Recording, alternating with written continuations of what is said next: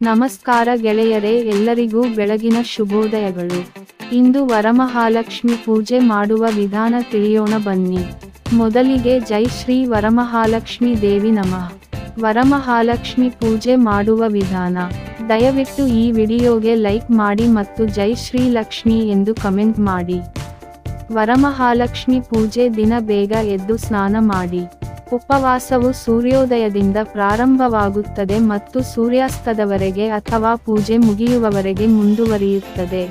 ಗಂಗಾಜಲದಿಂದ ಅಥವಾ ಸಾಮಾನ್ಯ ನೀರಿನಿಂದ ಪೂಜಾ ಸ್ಥಳವನ್ನು ಶುದ್ಧೀಕರಿಸಿ.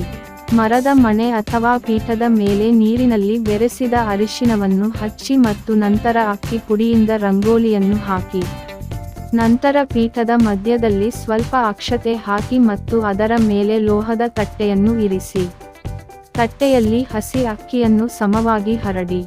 ಅರಿಶಿನ ಮತ್ತು ಕುಂಕುಮವನ್ನು ಕಲಶದ ಮೇಲೆ ಹಚ್ಚಿ ಮತ್ತು ತಟ್ಟೆಯ ಮಧ್ಯದಲ್ಲಿ ಇರಿಸಿ.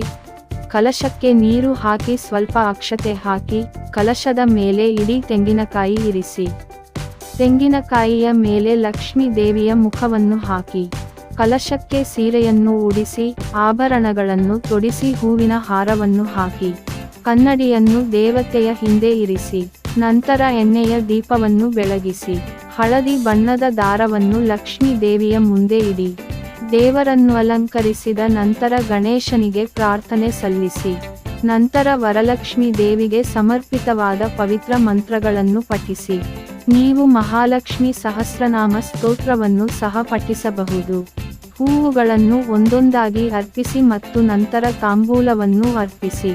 ನಂತರ ದೇವಿಗೆ ನೈವೇದ್ಯವನ್ನು ಅರ್ಪಿಸಿ. ನಂತರ ದೇವಿಗೆ ಆರತಿ ಮಾಡಿ ನಿಮ್ಮ ಬಲ ಮಣಿಕಟ್ಟಿನ ಸುತ್ತಲೂ ಪವಿತ್ರ ದಾರವನ್ನು ಕಟ್ಟುವ ಮೂಲಕ ಪೂಜೆಯನ್ನು ಮುಕ್ತಾಯಗೊಳಿಸಿ.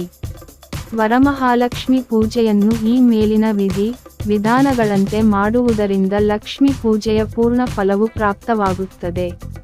ಹಾಗೂ ಪೂಜೆಯಲ್ಲಿ ಈ ಮೇಲಿನ ವಸ್ತುಗಳನ್ನು ಬಳಸಿಕೊಳ್ಳಬಹುದು ಅಥವಾ ಇನ್ನೂ ಹೆಚ್ಚಿನ ವಸ್ತುಗಳನ್ನು ಬಳಸಿಕೊಳ್ಳಬಹುದು.